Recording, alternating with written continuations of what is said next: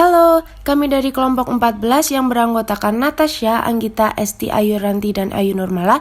Di sini kami akan mempresentasikan tugas mata kuliah Psikologi Pengembangan Komunitas dan Sosiopreneur, yaitu Bisnis Model Canvas tentang reuse dan recycle dried flower yang menjadi bahan dasar utama produk kami berupa terapetik kit. Customer segment. Apapun jenis bisnis yang dijalankan, kita harus menentukan siapa yang nantinya akan menjadi target bisnis kita dan segmen pelanggan mana yang akan berpotensi untuk membeli produk atau layanan yang kita tawarkan. Di sini latar belakangnya yaitu wanita berusia 17 hingga dewasa akhir, memiliki latar belakang ekonomi menengah ke bawah dari segala latar belakang pendidikan, dan berdomisili di kota Yogyakarta dan sekitarnya, serta memiliki ketertarikan terhadap bunga dan estetika, peduli terhadap lingkungan, mendukung gerakan less waste atau zero waste. Lalu ada value proposition.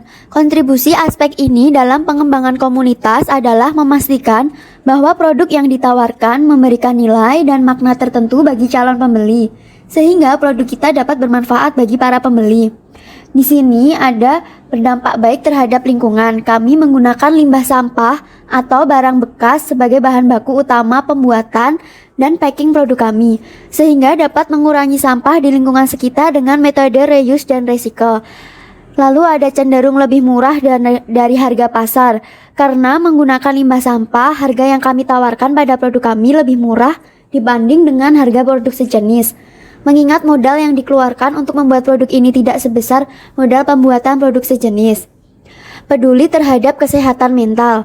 Salah satu produk kami, terapetik kit, diharapkan dapat memberi manfaat secara psikologis bagi pembeli, sehingga dapat mengurangi stres, menjadi coping mekanis yang positif bagi diri sendiri dan lingkungan, tergantung bagaimana individu menggunakan dan memakainya. Selanjutnya ada channel. Di sini kita ada sosial media, yaitu proses pemasaran yang dapat dilakukan untuk mengembangkan produk dan menyaingi kompetitor.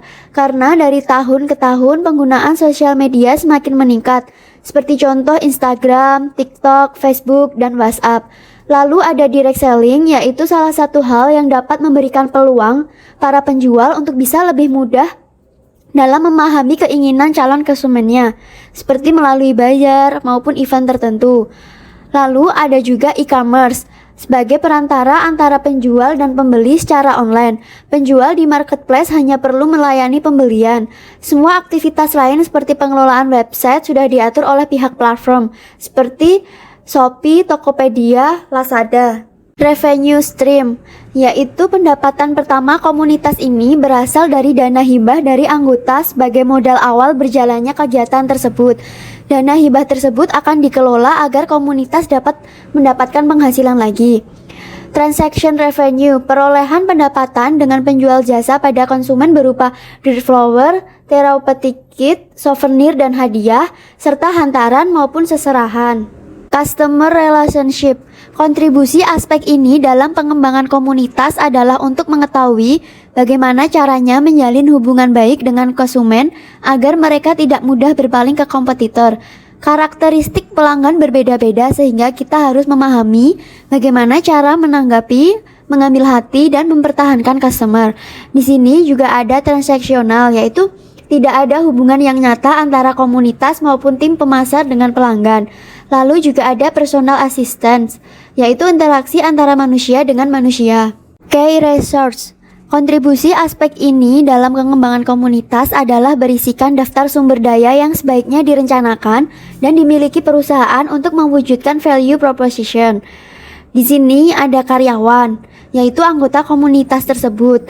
Karyawan merupakan kunci utama dalam kegiatan produksi. Lalu ada gadget berupa HP dan laptop, digunakan dalam proses jual beli online, mempromosikan produk di sosial media, serta keperluan input data. Lalu ada juga peralatan produksi berupa gunting, tali, lem. Peralatan tersebut sangat penting untuk membantu dalam mengelola produk, serta juga ada kendaraan berupa motor untuk komoditas dalam mengantarkan produk dan membeli bahan-bahan yang dibutuhkan. Key activities. Kontribusi aspek ini dalam pengembangan komunitas adalah untuk menjelaskan segala aktivitas yang berhubungan dengan bisnis. Semua kegiatan tersebut haruslah menghasilkan value proposition perusahaan.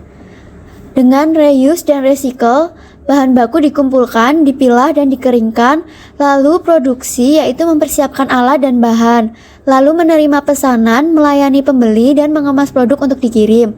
Selanjutnya memasarkan produk dengan melalui sosial media, direct selling, dan e-commerce. Partnership. Kontribusi aspek ini dalam pengembangan komunitas adalah penyedia bunga bekas dekorasi yang sudah atau habis terpakai, di mana bisa didaur ulang menjadi souvenir, therapeutic kit, dan hantaran. Di sini ada supplier yaitu Kusuma Tenda sebagai supplier atau penyedia bunga bekas paket tersebut. Cost structure. Rincian biaya di sini merupakan gambaran dari semua biaya yang dikeluarkan untuk mengoperasikan produk. Sebagai berikut, tali goni 50 meter seharga Rp5.000, kertas Samson 100 lembar seharga Rp17.000, lakban 3 roll seharga Rp15.000, gunting 3 buah seharga Rp21.000, set bunga sebanyak 3 dengan harga Rp0, kardus bekas dan koran seharga Rp0, promosi per bulan Rp100.000, biaya lain-lain Rp100.000. Lalu selanjutnya ada biaya per bulan yaitu tali goni 50 meter seharga Rp5.000, kertas Samson 100 lembar Rp17.000, total Rp22.000. Biaya penyusutan, lakban 3 roll seharga Rp15.000, gunting 3 buah Rp21.000, total Rp36.000. Untuk biaya usaha, promosi Rp100.000, biaya lain-lain Rp100.000. Maka total semua Rp258.000. Selanjutnya HPP yaitu Rp258.000 dibagi 100 jumlah produksi yaitu Rp2.580. Selanjutnya untuk penjualan per bulan seharga Rp10.000 dikali 100 yaitu Rp1.000.000. Untuk keuntungan per piece Rp10.000 dikurangin Rp2.580 yaitu Rp7.420. Keuntungan per bulan Rp7.420 dikali 100 yaitu Rp742.000. Untuk payback period PP yaitu Rp742.000 dibagi Rp258.000 yaitu Rp2.876. Jadi akan balik modal selama 287 kali lipat pada bulan pertama. Mengapa harga kita lebih murah dari pasaran? Harga average pasaran sekitar Rp7.000 per piece, sedangkan isi kit kita 3 set bunga yang setara 3 piece dengan harga Rp21.000. Bahan baku dan perlengkapan kita menggunakan limbah sampah yang membuat harga jualnya murah.